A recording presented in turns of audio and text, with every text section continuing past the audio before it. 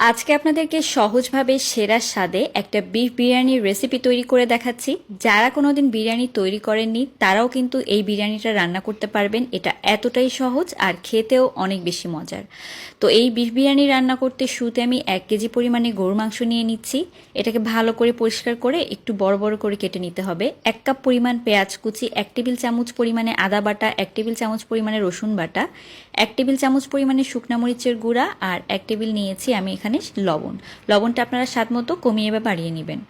1/3 cup পরিমাণে বাদাম বাটা, 1/3 cup পরিমাণে টক দই আর নিয়েছি প্যাকেট যে বিরিয়ানির মশলা সেটা 1/3 কাপ পরিমাণে। এখন আমি দিয়ে দিব 1/2 কাপ পরিমাণে সয়াবিন তেল। আর তেলটা দেওয়ার পরে খুব ভালোভাবে এটাকে মিশিয়ে নিতে হবে। ভালোভাবে মাখানোর উপর কিন্তু বিরিয়ানির স্বাদটা নির্ভর করছে। এভাবে আমি 2 ঘন্টার জন্য রেখে দিব। তারপর আমি একটা কড়াইয়ের মধ্যে এই ম্যারিনেট করা মাংসটাকে নিয়ে নিচ্ছি। খুব সামান্য পরিমাণে পানি দিয়েছি 1 কাপের মতো। এখন ভালোভাবে এটাকে নেড়েচেড়ে প্রথমে একটু কষিয়ে নিতে হবে। আর ভালোভাবে কষানো হয়ে গেলে যখন উপরের দিকে তেলটা ভেসে উঠবে তখন আমি সেদ্ধ করার জন্য পরিমাণ মতো পানি দিয়ে দেব। 3 কাপের মতো পানি দিব আর পানি দিয়ে ঢাকনা দিয়ে এটাকে ভালো করে সেদ্ধ করে নিব। তো ভালোভাবে কিন্তু আমার কষানো হয়ে গিয়েছে, তেলটা উপরের দিকে ভেসে উঠেছে। এই পর্যায়ে আমি 3 কাপ পরিমাণে পানি দিয়ে দিচ্ছি। তো পানিটা দেওয়ার পরে আবারও ভালোভাবে একটু নেড়ে মিশিয়ে নিয়ে তারপর ঢাকনাটা দিয়ে দিব। ঢাকনা দিয়ে একদম ভালো করে সেদ্ধ করে নিয়েছি। এখন যে অবশিষ্ট পানিটা আছে সেটাকে ভালো করে শুকিয়ে নিয়ে একদম ভাজা ভাজার মতো করে নিতে হবে।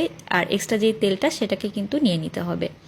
তো এই তেলটা দিয়েই কিন্তু আমি পোলাওটা রান্না করব। তো তেলটা নিয়ে নিচ্ছি আর এখন আমি এখানে 3 কাপ পরিমাণে পোলাও চাল ব্যবহার করেছি। তো আপনাদের ভাতের চাল নেওয়ার যে কাপটা সেটা দিয়ে কিন্তু আপনারা নেবেন। তো চালটা দিয়ে ভালোভাবে কিছুক্ষণের জন্য একটু ভেজে নিতে হবে, 5 মিনিটের জন্য। ভালোভাবে যখন ভাজা হয়ে যাবে, সুন্দর একটা সুঘ্রাণ আসবে, তখন এখানে দিয়ে দিব পানি। তো 3 কাপ চালের জন্য ওই কাপ দিয়েই আমি 5.5 কাপের মতো পানি ব্যবহার করেছি। তো এবার আমি এখানে 3টা কাঁচামরিচ, স্বাদ মতো একটু লবণ আর ওই যে প্যাকেটের যে বাকি বিরিয়ানির মশলাটা ছিল সেটা দিয়ে দিয়েছি। এখন এখানে কেওড়া জল দিয়ে দিলাম 1 চা চামচ পরিমাণে। খাবার যে কেওড়া জল সেটাই কিন্তু ব্যবহার করেছি। তো এবার একটু যখন ফুটে আসবে ঢাকনা দিয়ে এটাকে আমি 10 মিনিটের জন্য রান্না করে নিব। তো পোলাওটা কিন্তু এই পর্যায়ে একটু নেড়েচেড়ে মিশিয়ে নিয়ে ঢাকনা দিয়ে একদম ভালো করে সেদ্ধ করে নিতে হবে। মানে পোলাওটা রান্না করে নিয়েছি। এখন এখান থেকে অর্ধেকটা পোলাও আমি তুলে রাখছি আর অর্ধেকটা পোলাও এখানে থাকবে। তো এরপরে আমি যেটা করব, এখানে সুন্দর করে লেয়ারিং করে দিব। তো দেখতে পাচ্ছেন পোলাওটা খুব সুন্দরভাবে হয়ে গিয়েছে, একদম নরমও হয়নি আবার একদম শক্তও নেই। এই পর্যায়ে পোলাওটাকে তুলে নিচ্ছি অর্ধেকটা পরিমাণে আর বাকি অর্ধেকটা পোলাওয়ের উপরে পেঁয়াজের বেরেস্তা দিয়ে দিচ্ছি। তারপর দিয়ে দিব এখানে গুঁড়া দুধ। তো গুঁড়া দুধটা দেওয়ার পরে দিয়ে দিচ্ছি এখানে কিশমিশ আর আলু বোখরা।